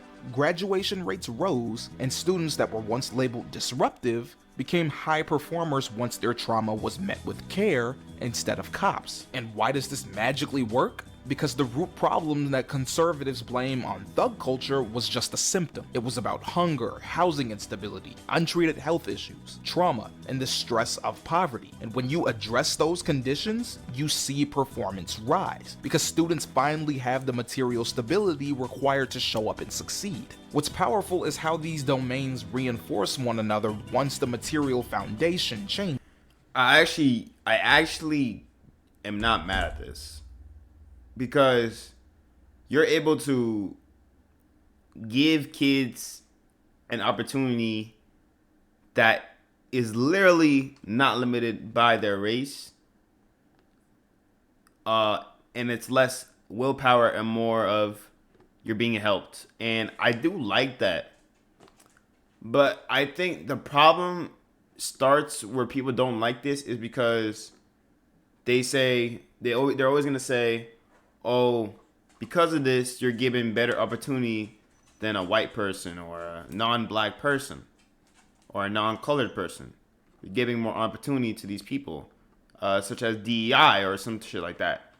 And it just is this thing where now we're seeing that because you're doing so good, we realize that we don't get the same things that y'all do, or sorry, not me, but white people don't get the same things that y'all do. So they complain, and the complaint turns into mockery and judgment, and I guess cherry picking certain groups of people and bringing stuff out that is not need to be said. So I think this is a beautiful solution, but sadly, it's the solution that's gonna anger white people because they see that black people are doing really, really well, and it's not because of the reasons they're stating. And they're gonna hate this because you're pushing a positive narrative and not the narrative that they want. So it is really, really interesting that we are now seeing. Yeah, I think this is really nice. I don't think there's a problem with this, but I think this is sadly just never gonna happen. Maybe, and if it does happen to where we're able to have this sort of solution, or we take care of the things that need to be taken care of, then I think that's mad beautiful. Because even I suffered from this, you know. I don't want to speak too much about it because your boy might get caught by the cops, no cap. But yeah, you know, a lot of people are getting affected by this, and I think this is a solution everybody wants, but no one talks about because it doesn't push the narrative that the white people want. Sadly.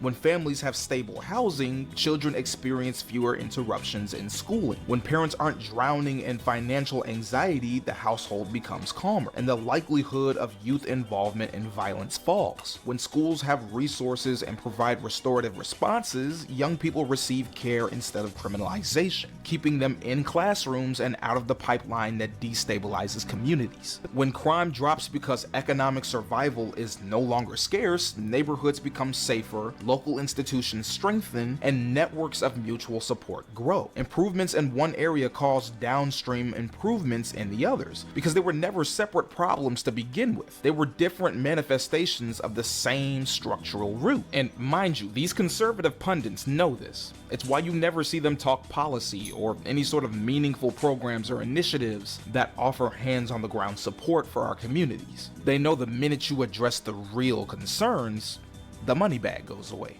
When I posted the humorous teaser to this video last month, I had a lot of comments like this that tried to take the centrist approach.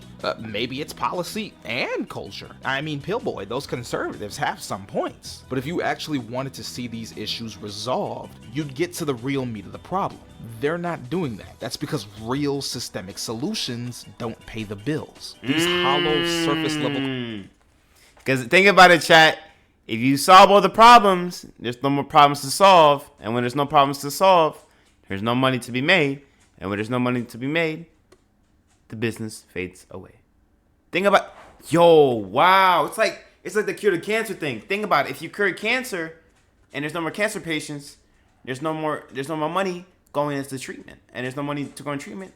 Doctors, whoa, hold up.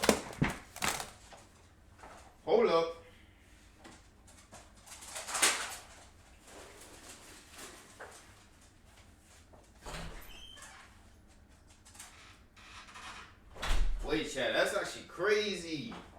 Nah, that's crazy. That's actually crazy. That's actually insane. Critiques are not going to solve anything. The truth is unavoidable. Fixing the system produces better outcomes than lecturing individuals ever has. Crime declines when neighborhoods are materially supported. Education improves when students' basic needs are met. Family stability strengthens when capitalism's pressures are lifted. The system is the root. The culture is merely the echo, and every measurable improvement we have comes from addressing the former. This is what real community accountability looks like. Supporting the people who need help, stepping in to protect our neighborhoods when the system abandons us. We talk all the time about saving our communities, about wanting safer streets, better schools, and stronger families, but this is what actually produces that. You can spend all day lecturing kids to avoid gangs and crime, which you should, but unless you're also engaging in steps to substantially improve the conditions that led them down these paths to begin with, you're not accomplishing anything. Mind you, like I said earlier, these are not some easy one-step fix to decades, if not centuries, of systemic neglect and design. But understand when problems are being addressed with actual solutions and tangible data in mind versus hollow, regurgitated talking points that only serve to placate white supremacy. It's the linchpin of all the banes that continue to plague us. And so long as it exists, there will always be black folks willing to defend it, out of ignorance, out of profit, or most times both. Just know that choosing the latter always comes with a price tag, and whether or not you can afford the cost afterwards, is a choice that's up to you. Fuck out of here.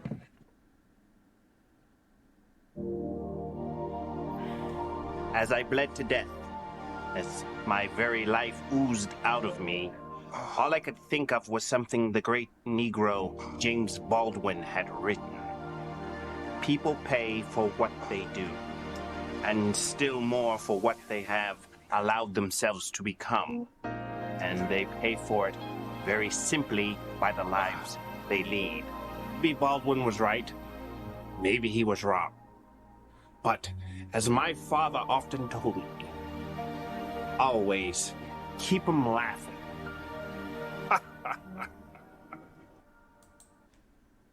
What's this shit called? Food and circuses. Food and circuses.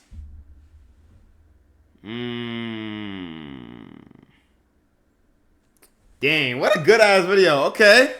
Damn, what a good ass fucking video. That's actually a great video. That's actually a great video.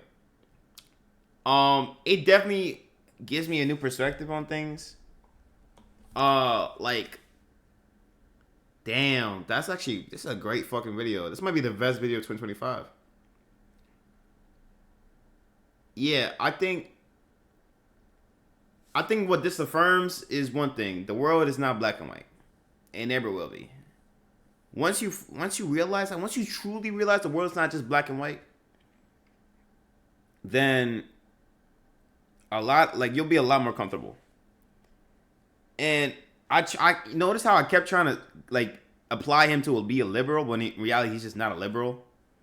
And he even said himself, he's not a liberal. He's not a Democrat. He's not a liberal. He's not none of that shit.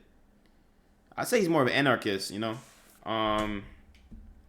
You gotta fall into some category. I don't think he would call himself an anarchist or communist. I guess I feel like I'm sort of an anarchist in a sense. I think, wow, it's a great video. I think it really dives deep into like what we should think about when we're not only judging black people or just like when we truly think about politics and like what is the narrative these people are pushing and what is the truth. So it's like the cure to cancer. We can really solve this, but we're not choosing to. If we give you treatment, money comes in. If we give you cures,